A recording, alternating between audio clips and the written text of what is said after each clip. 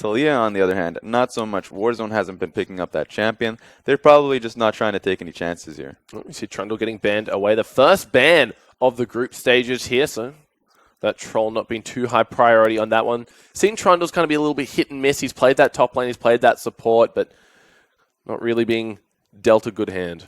Yeah, exactly. And now the most interesting thing about this is we should be seeing a lot of top lane bans, and it's funny that we are, simply because Ro and Elwind have both been those carry players. Exactly. So Echo, Trundle, we might even see a Fiora first pick, and that's, it's already getting hovered. Yeah, well, 2 of their 4 wins have been on the back of Elwind's Fiora, so if they pick that one up, it makes a lot of sense to how this team like to play to their win conditions. But Echo, Shen, and Gragas will be the final 3 bans for your respective teams here. Yeah, it makes so much sense for them to pick it up early that it makes 0 sense for Jokers to let it through, unless if they have a real strategy or reason. I mean, we've been seeing a lot of random picks coming from Saigon Jokers, so it wouldn't be so far-fetched to say that they go Malphite here if they're going into this matchup. So, I mean, it's a good matchup in a sense, kind of. Dark Passage actually end up locking it away, but they are going to go for the Nidalee instead, so just hovering that Fiora Elwind, dying to lock that one in, but the team says no, they prioritize that early game farming potential that Nidalee brings to the table. Yeah, so Nidalee is the Kirei special. He does love that champion. Doesn't matter if Elise is open. Now, of course, you'd think that Elise would be his favorite champion in this scenario, but he's fine into both matchups. It just depends on the lanes and how they go. So the fact that he was able to get the first pick here, allow Saigon Jokers to pick up their lane. Sure, it's a little scary now that they have the combination of Elise and Fiora. So they have to be a little bit confident, Dark Passage at the very least, that they'll have not only the jungle pick, but maybe perhaps the counter pick, that top laner. Question is, what is that counter pick? I love the Darius hover because it feels like nothing. Give me that Darius. I mean, it really does feel like nothing else is on the table here. Could go for the Gnar, actually, is it still available? But I know once Fiora gets on top of Gnar, we've just seen Gnar get kind of shredded. Yeah, exactly. So it's fine for Gnar. It's fine just simply because he can farm up, and once he does get his Frozen Mallet, he can really get harassment trades. So, like, for instance, if Ro goes in for 1Q, if he messes up, then of course you're really gonna feel the pain. And Ro has always had that issue of overextending. So Irelia, that's the pick I want to see. All right. Not going to be seeing the Darius, not going to be seeing the Gnar, but they do lock away that Aurelia as well as a Cassiopeia in the mid lane. So Dark Passage just waiting for their bot lane to see what they're going to round out their composition with. Yeah, exactly. So I love this. Already we're seeing top-side centric play from both teams where it's incredibly snowbally. Now, the fact that we have a Cassio pick on Dark Passage side means that Jokers, they can go 2 ways about it. They can either deal with the Cassiopeia with an outright counter, or they can decide to say, well, you know what, we'll pick a push and roam champion and we'll prop up this Fiora as well. We'll end up going for that Varus as potentially the AD carry or mid laner, and the Karma is potentially the support or mid laner. You tell me, Raz. Yeah, I mean, I can't tell you either. So that's good for Saigon Jokers that they are able to put up two flex picks in their second rotation. Have to see what DP decide they want to go with here. We already know that the Cassiopeia is going mid, so Braum still available, as well as the Bard. 2 very strong supports, even a Splash Taric maybe. Yeah, so they have interesting, like Saigon Jokers have an interesting poke, perhaps Siege and Split. It's interesting simply because if they are going towards towards a poke composition / split with Fiora, then they don't have that tank insurance for when perhaps an engage does happen. If a Braum does engage, or if an Aurelia get her TP flank off, if that does happen, then then the AD carry or Varus are kind of screwed in this scenario. It's a very strong bot lane. The Lucian Braum going to be proccing those concussive blows with relative ease, and now Saigon Jokers, our last pick, will let us know where the 2 previous ones will debut in their lane. Yeah, I would be surprised if we didn't get a Jhin pick here. It would really help out the rest of the picks. It would prop up the rest of the poke. It would have a great lane in the bottom lane because of course it's Jhin Karma. But you also have the poke coming from Varus, and poke Varus Jin have always been a fantastic poke buddy composition there. So if they're going for that, then they have amazing siege, they have amazing poke, and they can continue to do that. If they get one lead going for them, then they can just snowball. The problem is you have a Fiora topside, a Fiora Elise, so then you don't really have any abilities to peel off if you do get hard engaged in that during your poke siege period in the game. So they really have to. This is going to be hard for the Jokers to do, but they have to be able to not mess up and play over aggressively. So this is already. I think you're asking for a lot here, Raz. We're already off on a disastrous start here. Have you not seen the previous 6 games that the Jokers have played for us on the Rift? They love to go aggressive, but they go on, like you said, they want that heavy poke, that good siege, no peel for the backline, so they got to try and play kind of that passive aggressive style here. But we see the matchup of today, Immortaru taking on Warzone in the mid, so both the rotating mid laners of these guys, of these teams, so to speak. Exactly, and Varus versus Cassio is always fun to watch simply because Cassio is just one of those problematic mid laners that can really skirmish up against anyone. You see every meta, she always tends to come back. Every meta is like, well, you know what? Ryze is the champion, or Vladimir is the champion. Skirmish against everyone, and then someone in some scrim will just be like, you know what? There's Cassio. We can get a counter pick here. I think Cassio just gets the level 1, or at least the level 2 power spike, gets a 1v1 going for it. We even saw that in the NA finals, where Jensen got that exact same thing happening for him. So Cassiopeia is incredibly aggressive in the lane, farms up very nicely. Of course, can't get any fight going for her. She's more of a disengaged kite back mage. But yeah, it's a great pick. Varus, on the other hand, great into her simply because he just pokes him from the backside. And you can see Immortaru picking up that cleanse, but we are jumping into game number 2 of day number 6 of the International Wildcard Qualifiers, the final day of group play. Dark Passage taking on Saigon Jokers. If Saigon Jokers are able to steal away a win here, we'll push Dark Passage down into that 4th spot, allowing Albus Nox to avoid that Lion matchup. So very scary prospect for Dark Passage here. Exactly. So Dark Passage definitely need a win. They need this win, and ooh, there we go. That's the best way to start it. They already got that win. That's it. They got the first spear of the game row. Yeah, wrap it up. Wrap it up. We're done here, Raz. Early finish today. Looks like Kire really not letting Row have any safety here as Hanyan making his way up as well. Yeah, this is really smart from Kire. So he knows when you poke him out 1 minute into the game, just follow him through. That means that Rogue simply cannot back. Going to be starting up in the lane without that 100 HP that he really does desire. Unless, of course, if his HP regen is that ridiculous that he can heal up that quickly. So it's good for them. Aurelia is going to come into the lane with a small advantage. We do see both the junglers starting that top side. Hanyan did start his red buff, and both the AD carry and support of their respective teams doing their own jungle camps. 93%. That's a heavy in favor of Dark Passage. And something tells me it's because Saigon may be on 0-6 right now, Raz, that the faith is not there. I don't know. I'm not convinced. So we do see a little bit of a trade up in the top. Sue and Celebrity have that ranged advantage. They should be getting the poke down nice and early. Zeke not respecting the dancing grenade damage coming out of Celebrity, avoids the deadly flourish as well.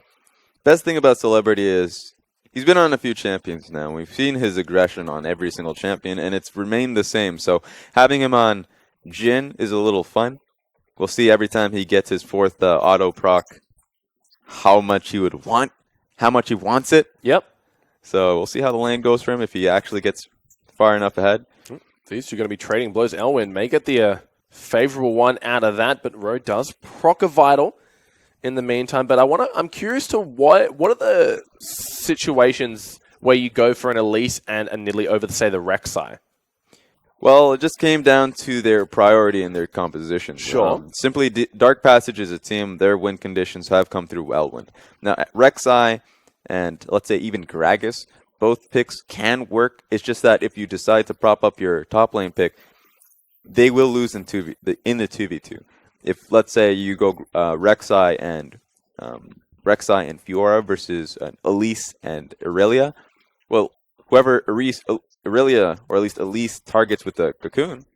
Oh, here we go. Warzone might be in trouble. Has to flash and goes to safety. Spear comes down. Kirei. You think Not he gonna thought look for about the it? dive. Yeah, he definitely did. Yeah, the cocoon means so much. The burst damage that can come off of it. She has just an amazing amount of burst to her. Sure. And the same goes for Nidalee simply because of her speed time. Not only her speed, but also she can just walk into any jungler and honestly just out-skirmish. Could see him going for that, maybe that top lane wraparound here. Ro did just use the lunge. Spear not going to connect, and he's on his way out. Hanyan is here as well. Red buff has timed out, only sitting on the blue. Gets spotted by a ward, gets eaten by the spear. Cocoon comes down, volatile spiderling hits. Kirei maybe looking for something. Elwyn not in a position to help the big minion wave for Ro. Yeah, and so of course, Kirei dropped a ward in that tri-bush as he walked away. Oh, here we go. I'm expecting the flash, but it comes down late. Not going to land the spear, but forces the summoner regardless. And that ward actually meant a lot. The fact that Kirei was able to go back, push Henyan completely off of that potential gank, spear him away, and just shove him out completely. So then Kirei had, or at least Henyan had to respect Kirei, and he protected Elwind, because Elwind was already winning that matchup. And the reason he was winning that matchup was because it came down to that level 1 where Ro came into the lane without 100 HP. He actually lost quite a bit. That's at least 2 auto attacks from Irelia. Elwyn might be in trouble. Does get the stun down onto Ro, but he gets the slow. Cocoon comes through. Does actually land. Has the flash available. Might have to use it. Flash is actually down into the river to try and help out. First blood, though, going to Ro. Kirei forced to watch. Now, here's the problem. I saw that coming. Everyone must have seen that coming a mile away. I know that Elwyn must have seen that coming. Irelia was, or at least Elise was actually just walking towards Irelia. Why would he hold his flash? Yeah. He's not even he wouldn't even be at a disadvantage. Ro flashed earlier. You would just trade flashes simply because Elise was there. So he held on to his flash, took the cocoon, died. No reason for it. Not to mention he was only sitting on a corrupting potion with 0 stacks remaining while Ro had gone back, bought himself that double Dorans as well. So any skirmish they're going to have, he's already going to be at a disadvantage here. You can see that Celebrity has gone back. Pick himself up that serrated Dirk. Yeah, exactly. So now this top lane could go any which way. It was going in Dark Passage's favor. Now because of that, obviously, anything's possible.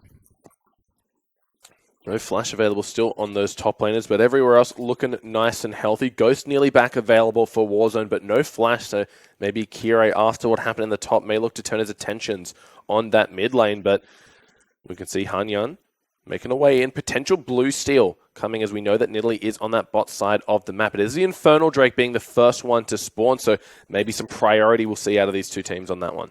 Yeah, exactly. That could be the trade that's happening here, where while Hanyan has complete control of topside, not only just based off that pink ward in that tri-bush, but also because of the fact that he just got Scuttle Crab, Kirei is going to trade it out. He's going to go towards this blue buff, take it out completely, trade camps, and if they have enough control in the bottom lane, can just go for that dragon.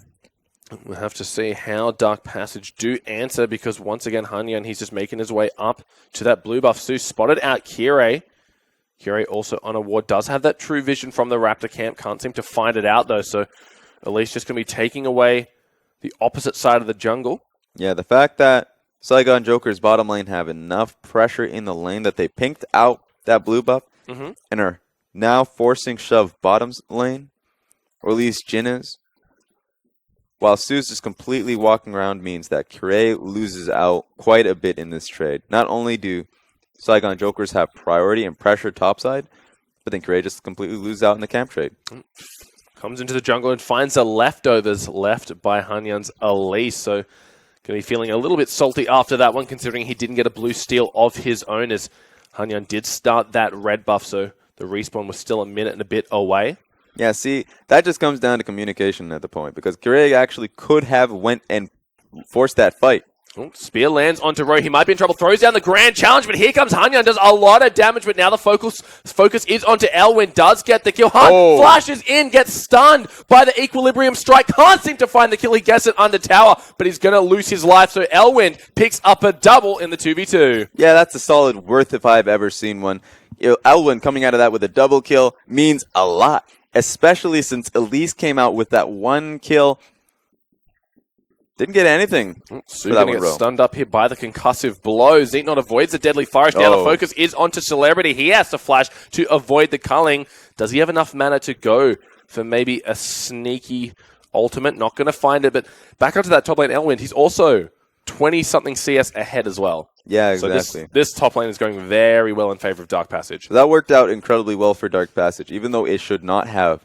That just came down to a misplay on Saigon Joker's half, where Kyrie was incredibly desperate. He needed that top side to work, even though the vision advantage was firmly in Saigon Joker's favor. But yeah, kind of a mess up, but it works out really well for Kyrie. You can see this bottom side getting pinged out here. Blue buff traded over to Warzone.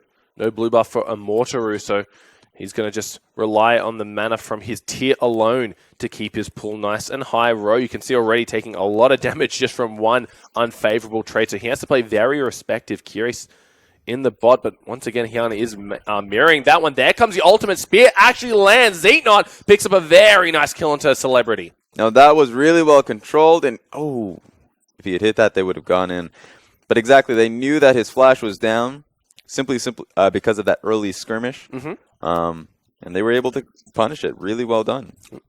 Warzone takes a twin fang to the face. Kyrie now making his way up the jungle here. And you can see that Saigon, they're not playing that usually a full-on aggressive dive every 2 seconds, but falling behind nonetheless. Already 1,000 and change, 3-2. No towers taken, so that first structure bonus still available to whichever team has the goal to go for it.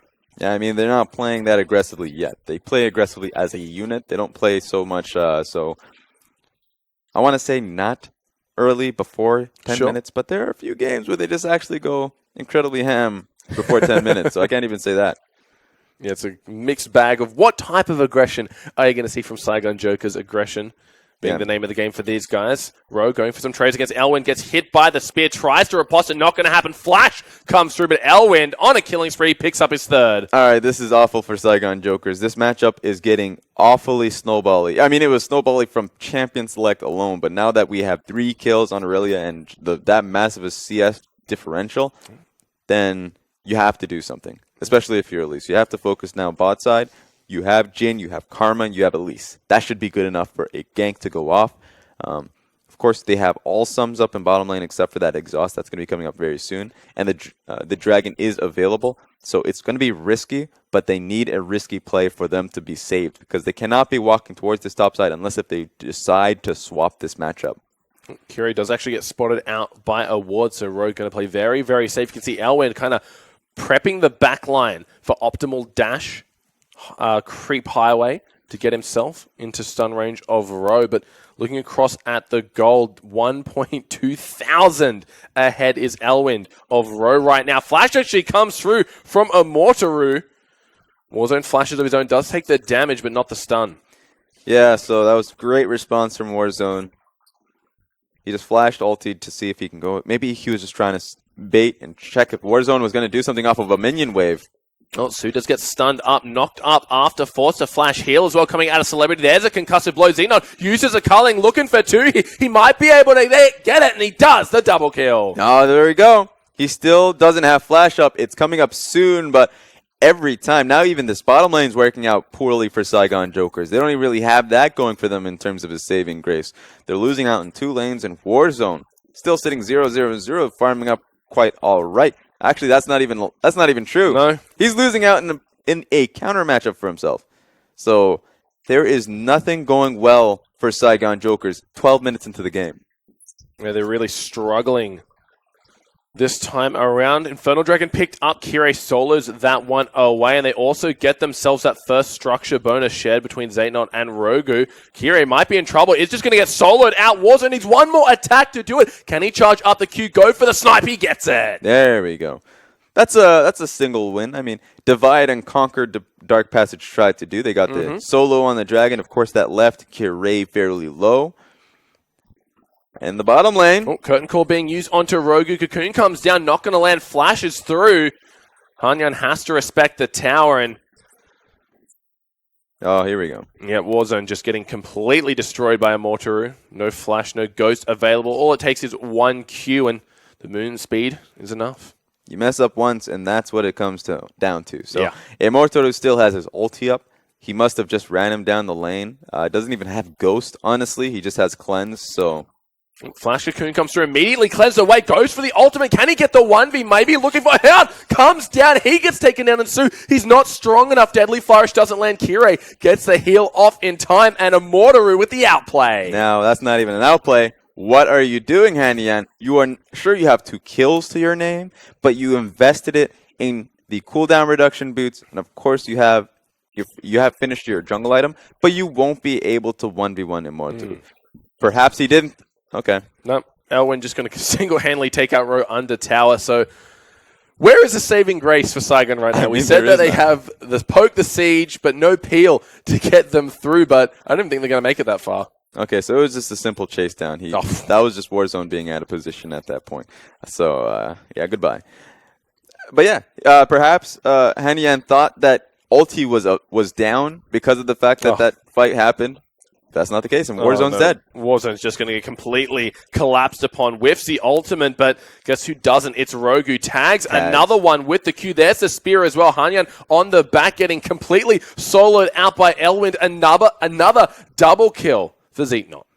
It's getting worse and worse for this team. We were talking about it being a miracle before this game even started, before Champ Select, and now they need a miracle on top of a miracle just in 15 minutes into the game. Well, I can tell you something, that a miracle is actually going to be in 4th spot if Dark Passage keep this play up. Yeah, we don't need to see that replay again.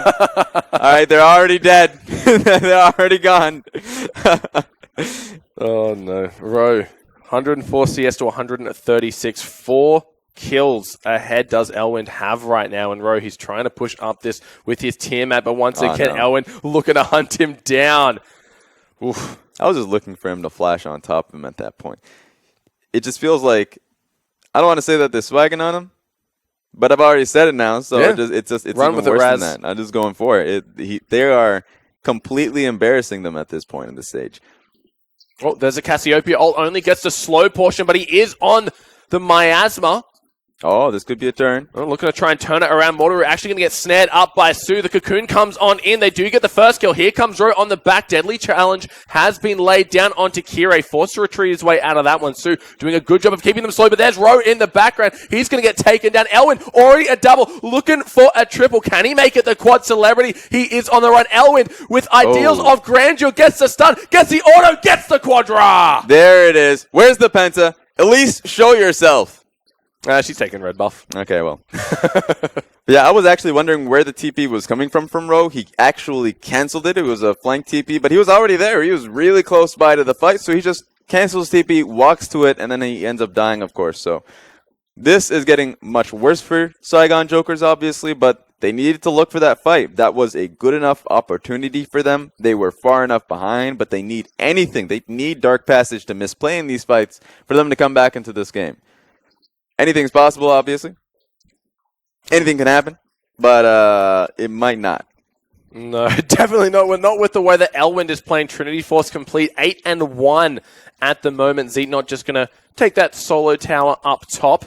Use the culling onto the Elise. A lot of damage coming down onto the young Spider. She's still alive though. Ro can't say the same for him. Hanyan, he's on the run. Su does get a nice Q to alleviate any pressure, but that's 4 men in the top, strong for Dark Passage. Yeah, exactly. And this is a new Dark Passage. I mean, of course, they're going up against Saigon, but Zeitnot, the entire tournament, hasn't been showing up, has been having a lot of problems. This time is actually ooh, here we go. Oh no, Hanyan just going to get completely zoned out away from the fight. A lot of damage coming down. Warzone is able to queue his way through the enemy team, but Dark Passage can't seem to find 2 kills, but that's without Elwyn, so when he's there, it's going to be a completely different story, Raz. Yeah, exactly. So, once again, Zeitnot showing quite a bit of a difference in terms of how his laning turned out. Because Celebrity and Su are not pushovers. So let's just watch this replay where, couldn't get that stun. And this was the best opportunity. Just look where Fiora is. She's fairly close. Decides to immediately just cancel that TP. It was questionable to start. Comes into the fight. A little late, obviously, but they're going on Kirei. Kirei gets Braum saved because of the shield. And here comes Elwin, the moment Elwin shows up, it's a bloodbath, and of course Celebrity holds onto his flash. Big mistake, gets stunned down anyways, and quadra kill. Yeah, making it look easy, making us all wish we mained Aurelia in the top of the fight. It started in the mid. Hanyan does get stunned up by concussive blows of Mortaru. Just there for support. They tried to make a pick happen onto Elwin, but it looks like he killed Ro in the process. I mean, this is happening so often that I really just don't want the replays to be, to be coming up, because I don't want to find out how this man died. You know, tarnishing Ro's reputation as a top laner at the moment. Ocean Dragon picked up by Dark Passage will be another one spawning after that. So one fire and one ocean. We're just going to be pushing up the top lane with the Tiamat here. He's really struggling right now, down about 50 CS, down about 9 kills, 0 and 6. This poor guy really struggling right now. And Saigon Jokers, they tried for something different. They tried to go for a pick and siege comp rather than just an all-in brawl, and it's not going too well for them. Grand Challenge has been laid down onto Kirei, but here's a fast Nidalee. Here comes the backup Ro. You've gone way too far, mate. You're going to get taken down immediately. Ulti comes down onto Su. One more proc should do it, but there's the spear to clean it up. Now Warzone looking for a return kill. Only hits the ulti onto Rogu, though. Yeah, and this has been a great learning experience, and it just doesn't end. Here comes Elwind. Learning experience? It's learning I don't know how experience. you learn in school, Raz, but I'm pretty sure the teachers didn't beat the crap out of us and then showed us a replay of it. Hey, you never know. Beat the crap out of your mind, perhaps. Teach you a lesson. Trigonometry, maybe. I hated that lesson. But up in the top, they got 4 members looking to push in that one. Elwin just having his way with the map right now, taking away that blue buff. Big minion wave for him to pick up when he so chooses. Hanyan just walking over that miasma, not going to find the initiate he was looking for. Teleport still available for Elwind as well. Yeah, so right now, it doesn't matter how many people you have, you don't want to walk up towards Cassio. She not only does she have her ulti, she has cleanse. Morello's on top of the actual giant's belt on top. So you cannot fight her. She is going to kill you. All of you, because they are all incredibly squishy. That's how snowbally it's gotten. Well, fight starting up against around the red buff. Su gets taken very low, but now Hanyan is the focus point. Has to repel to safety, but how safe is he? Not very. That's the answer to that one. Another double kill for Zeeknot. Yeah, he's been so... I'm talking about. He's been doing so well for himself. I'm just going to ignore that. Not looking at that. I'm not looking at the screen. Not happening. But yeah, Zeitnotch has been showing a lot in this game, mechanically in lane and mechanically in these skirmishes, even though, of course, they've been set up quite well for him. Yep. So now, this game is going to secure them 3rd place. No doubt about it. They're going to they're going to have to go up against a strong INTZ, and now a lot of teams been talking about. We even saw in that last interview questions on who teams would rather face. Oh, Celebrity does flash early that time, but he was there and now he's not. I don't know if Elwin can actually escape from this one this time around, getting slowed by the tower. Actually Q's to a minion. There's the lunge, there's the riposte, and there's the kill. Shut down, going to Ro. Correa was so close with that heal. Couldn't get there in time. A little unlucky. He had the movement speed from Ghostblade available, so he could have done that one. Cleanses out of the stun from Ro. Hanyan gonna fall after the Fiora. Kirei can't find the spear onto Warzone, but might be able to find this top lane tower. Yeah, that was a very close one. A little bit of late on the cleanse. Doesn't matter, though. Still incredibly strong. And they don't need their 2 major carries. They're just going to take these, take the inhib, take these 2 towers, walk back. 22 minutes into the game. They have Baron for themselves. Might look for that top one as well. We saw Kirei did take out that tower after the fight. After the dust has settled, 25 kills to 6, 50k to 32 at 22 minutes in the game, Raz. I think this is the largest lead we've seen all tournament long. It really is. And so I'm going to say, like, this is a learning experience, 100% for Saigon Jokers, not only individually of how aggressively they can play in their lanes, and much later on in the game, but really just a lesson on strategy, because this game, or at least during this tournament, they didn't lose because they weren't confident. They were confident. Saigon Jokers exuded confidence, just with no substance. Speaking of confidence, Dark Passage are only 3 members strong. Going to be threatening 5 and an inhibitor turret right now. Celebrity, you might be a little bit too far up. Takes a culling very low. Su does get the shield down. Can't find the snare. But neither Can Celebrity. There's the ultimate coming down. Xenon, he's in trouble. He gets shut down. This 3v5 may have been a bit of a mistake because Dark Passage lose 2 members, but guess who else does? It is Saigon Jokers because Elwin, he's looking for that Penta. Does he get the quadrant? No! Cassiopeia took it away and she gets herself a double, but in the end, it looks like Dark Passage will be getting themselves a game, securing that 3rd place finish, putting any doubt in their minds. Scumbag Immortoru takes the Penta away from him. He had it in his grasp, could have won. He deserved it. He really did. He played an incredible game. He played a fantastic game for himself. 15-2, has half his team's kills. 20k gold lead, 30 kills to 8 is what we're going to be seeing the Nexus get destroyed to. Very, very strong performance.